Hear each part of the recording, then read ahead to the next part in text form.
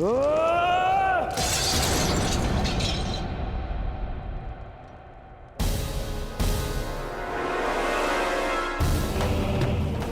का पुत्र अंधा, अंधे का पुत्र अंधा, अंधे का पुत्र अंधा, अंधे का पुत्र अंधा।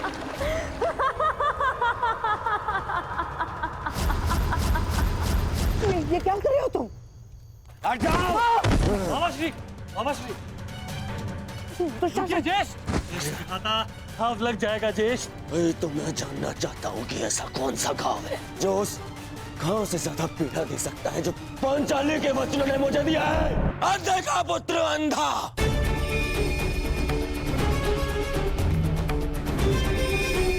मेरे पिता का अपमान किया, मेरे,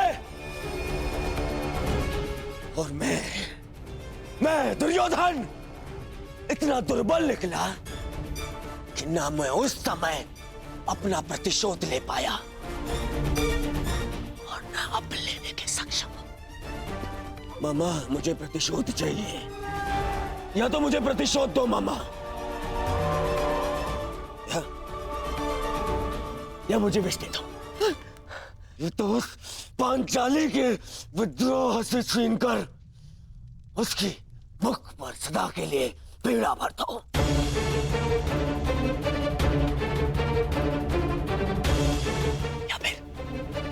या फिर मेरी आंख और मेरे कंठ में पिघला हुआ लौह डाल दो ना। हाँ, पिघला हुआ लौह डाल दो मामा, क्योंकि मैं केवल इसलिए प्रतिशोध नहीं ले सकता कि मैं सम्राट नहीं हूं, और मेरे पिता मुझे युद्ध की आज्ञा नहीं देंगे। और इस अग्नि में जलने से अच्छा होगा कि मैं अपने चिता में अग्नि लगाऊं और उसमें कूद जाऊं।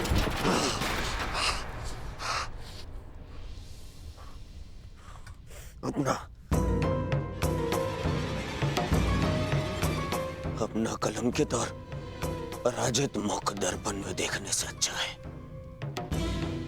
कि मैं अंधा हो जाऊं। रुकिए जेश, मैं आपको ये नहीं करने दूंगा। मैं अपना मानसिक संतुलन खो चुका हूं दुशासन, विक्षिप्त हो चुका हूं, क्योंकि मैं उस पद पर नहीं कि अपना प्रतिशोध ले सकूं।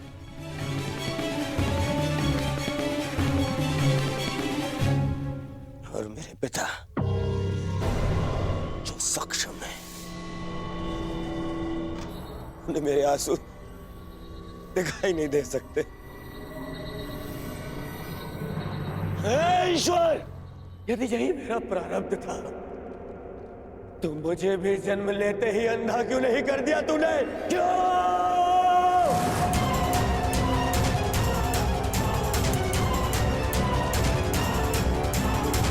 परंतु अब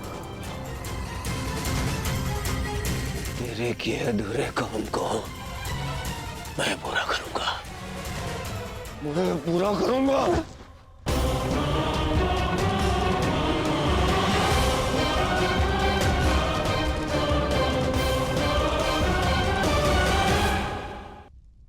बस दुर्योधन, बस।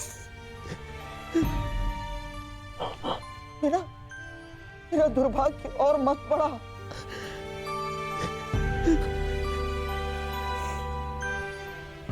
जन्मांध जीजा मिला है मुझे, और बहन ने अपनी दृष्टि पर स्वयं पट्टी बांध ली। और अब तुम ऐसा कुछ मत करो जिससे तुम्हारा ये मामा आत्मघात कर बैठे। तेरे लिए, तेरे अधिकार के लिए मैं अपना परिवार, अपना राज्य, अपना देश, अपनी भूमि त्याग कर रहा हूं और अपनी बहन के घर में श्वान बनकर बैठा हूं।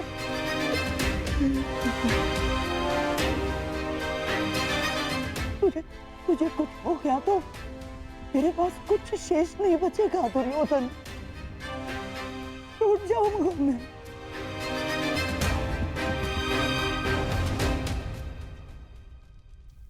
विध्वंस हो जाएगा मेरा, टूट जाऊंगा मैं। ऐसा कुछ मत करना बेबी।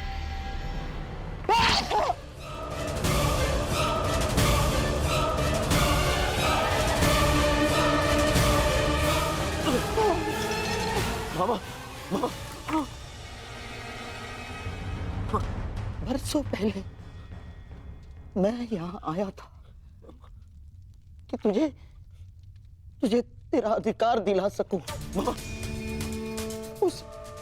उस अन्याय का त्राण कर सकूं जो गांधारी के साथ हुआ है।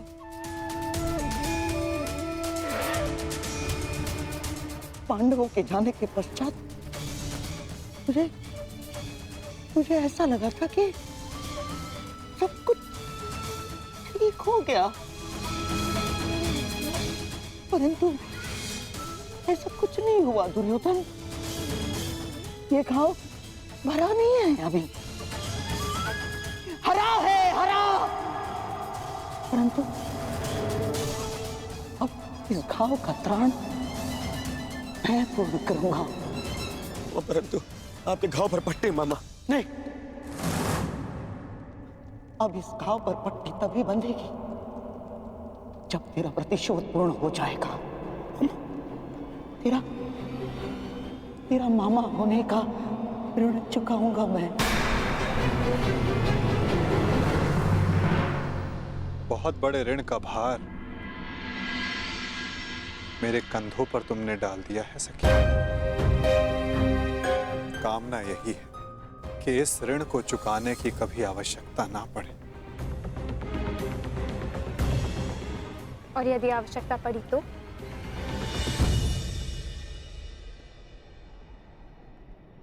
तो फिर इस चीर के हर धागे का ऋण 100 गुना करके चुकाएगा तुम्हारा ये सखा।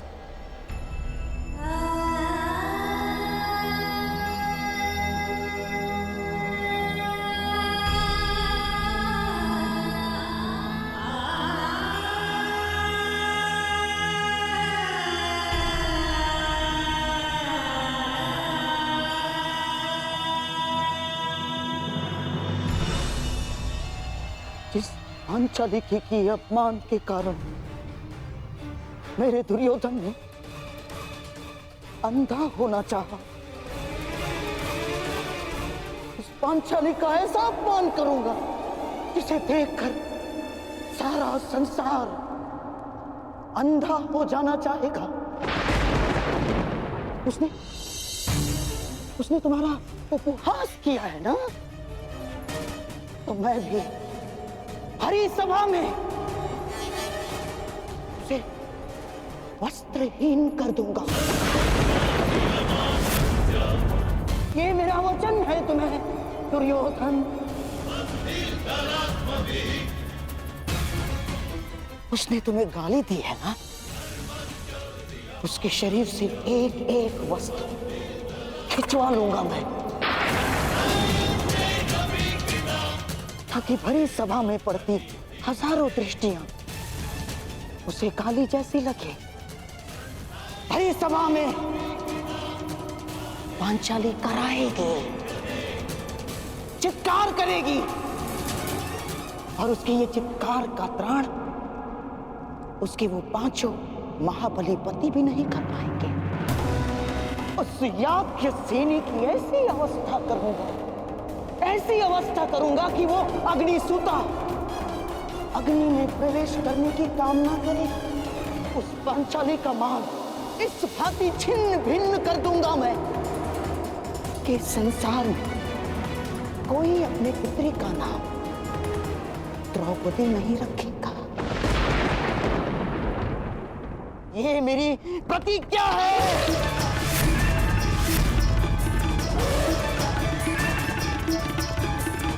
कहते हैं युद्ध भूमि में बाहर रक्त इतिहास बदलता है, किंतु इस बार इतिहास बदलेगा।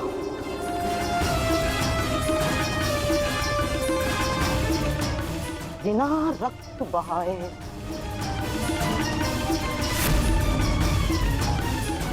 और उसे बदलेंगे शकुनी के पास से। संसार की सबसे बड़ी विजय युद्ध भूमि के व्यू में नहीं, चौसर के व्यू में होगी। चौसर के।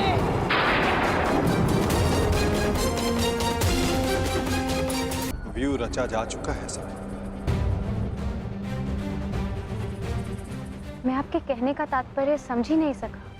तो समझ लो कि हमारे कर्मों का, हमारे शब्दों का फल हमारे समक्ष आने को है।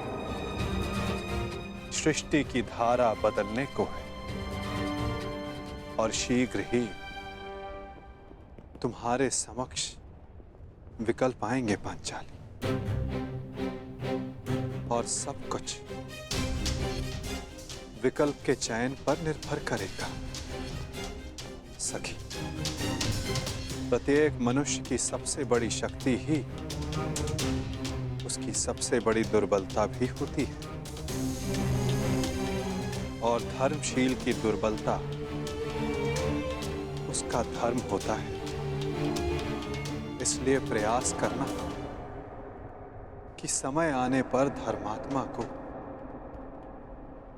दुर्बल पड़ने से रोक सको।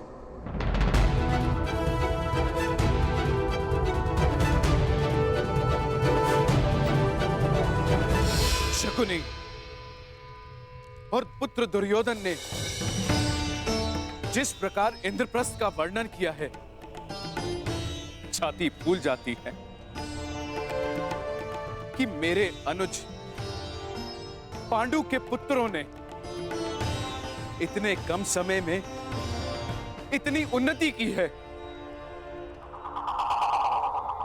एक ही समय में कुरु वंश के 2 सम्राट पूरे भारतवर्ष में राज करेंगे। ये सोचकर मन गर्व से भर उठता है।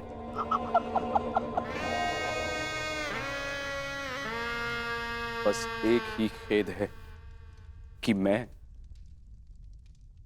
गांधारी और ताचरी समेत अन्य सभी लोग इस राजसू यज्ञ में सम्मिलित ना हो पाए।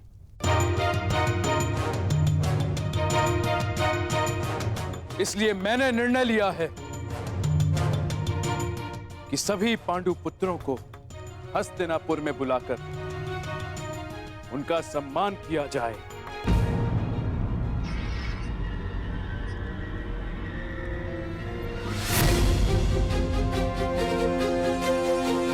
यह तो बहुत आनंद की बात है महाराज। तो ठीक है महाराज, मेरा प्रिय दुशासन आज ही जाकर हस्तिनापुर से पांडवों को निमंत्रण दे आएगा और फिर यहाँ उनका सम्मान समारोह होगा और फिर 2-2 हाथ पांसों के।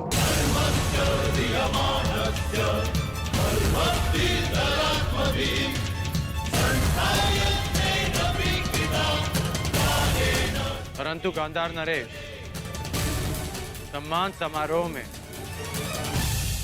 युद्ध क्रीड़ा का क्या काम?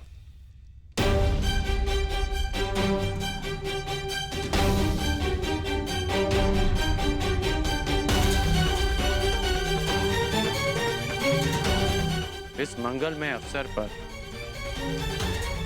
युद्ध क्रीड़ा जैसा धर्मी खेल क्यों? अंगराज बने अब समय ही कितना हुआ है महाबली कर्ण, अर्थात धीरे धीरे राजकुल के सारे नियम आप समझ जाएंगे, ज्ञात हो जाएंगे आपको। अन्य खेलों की भांति युद्ध क्रीड़ा भी एक प्रकार का मनोरंजन है। नहीं है। मेरी दृष्टि में युद्ध क्रीड़ा एक व्यसन है जो मनुष्य की मति हर लेता है। अंगराज, ये राजसभा का नियम भी है और नैतिक बंधन भी कि जब बड़े विचार विमर्श कर रहे हों तो छोटों को बीच में नहीं बोलना चाहिए। महाराज ठीक कहते हैं। और मेरे विषय में आपका क्या कहना है गांधार नरेश, मैं इस सभा में सबसे अधिक ज्येष्ठ हूं। मेरा मानना भी वही है जो अंगराज का।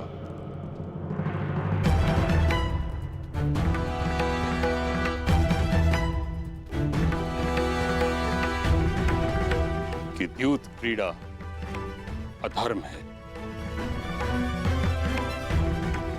महामहिम, ये क्रीड़ा तो केवल मेरे पुत्रों में प्रेम बढ़ाने के लिए है। द्यूत से अगर कुछ बढ़ा है तो बैर और शत्रुता, प्रेम नहीं। द्यूत से कभी किसी का भला नहीं हुआ। पांडवों के सत्कार तक सब ठीक है, परंतु द्यूत की अनुमति मैं कदापि नहीं दे सकता।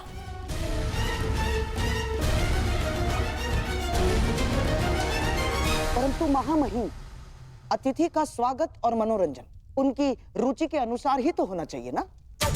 अब महाबली भीम के लिए स्वादिष्ट भोजन की व्यवस्था होगी, देवी पांचाली के लिए वस्त्र आभूषण होंगे, नकुल और सहदेव के लिए आखेट और अश्वारोहण होगा, अर्जुन के लिए संगीत, परंतु धर्मराज के लिए क्या?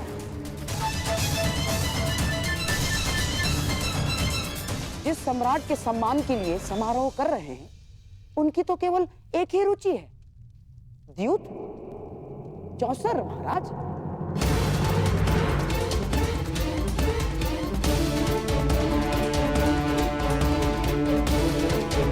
और पुत्र दुशासन स्वयं वहां जाकर पांडवों को निमंत्रण दे आएगा।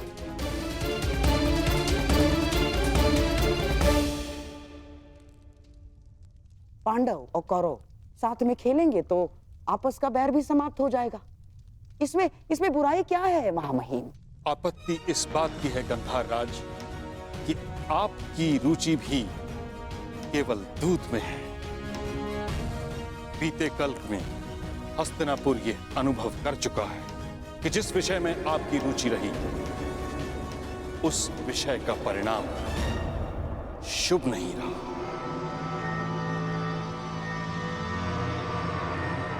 और दुशासन को दूत बनाकर भेजना मुझे एक और लक्ष्याग्रह का स्मरण करवा रहा है।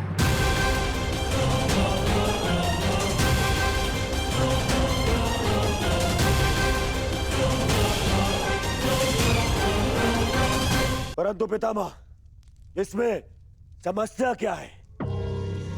द्यूत क्रीड़ा एक सामान्य खेल ही तो है। परंतु मेरा इतना विरोध होने के पश्चात भी द्यूत क्रीड़ा का इतना समर्थन असामान्य है दुर्योधन। बुराई ये है कि शास्त्रों में दूत को अधर्म कहा गया है।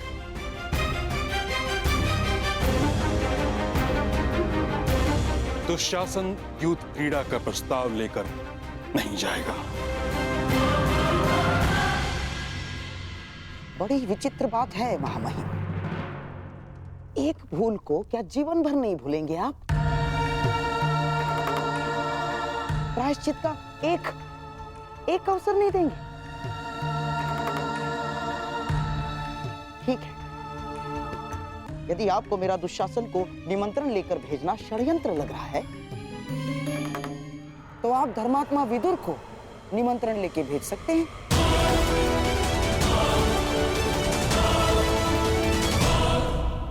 धर्मात्मा विदुर नीति अनुसार अपना कार्य करे और धर्मराज युधिष्ठिर नीति पूर्वक ही चाहे तो प्रस्ताव को स्वीकार कर ले। परंतु मामाश्री, क्या करे मेरे होने वाले सम्राट? देखो, हमारे मन में कोई मैल नहीं है, परंतु महामहिम भीष्म और तुम्हारे परम मित्र कर्ण को यह सिद्ध करने के लिए धर्मात्मा विदुर को यदि निमंत्रण लेके भेजा जाता है, तो इसमें मुझे कोई आपत्ति नहीं है ना।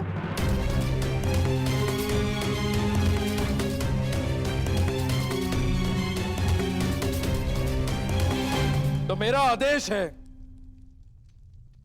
कि महात्मा विदुर स्वयं जाकर पांडु पुत्रों और कुलवधु द्रौपदी को हस्तिनापुर आने का निमंत्रण दे।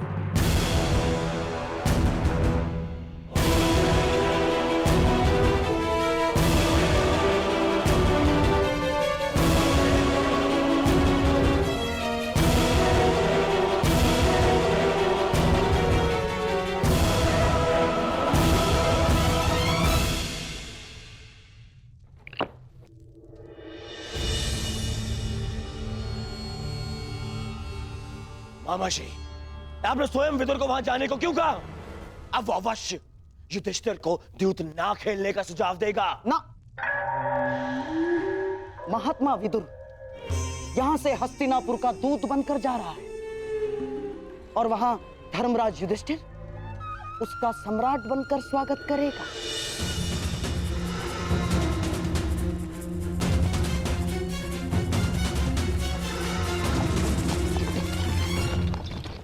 विदुर और धर्मराज दोनों की एक ही समस्या है दुर्योधन। दोनों महाधर्मशाली हैं और उनका धर्म उनकी सबसे बड़ी दुर्बलता है और वही हमारे लिए शक्ति बनेगी। जाओ दुर्योधन, तुम पांडवों के स्वागत की तैयारी करो, क्योंकि विदुर इंद्रप्रस्थ के लिए प्रस्थान कर चुका है।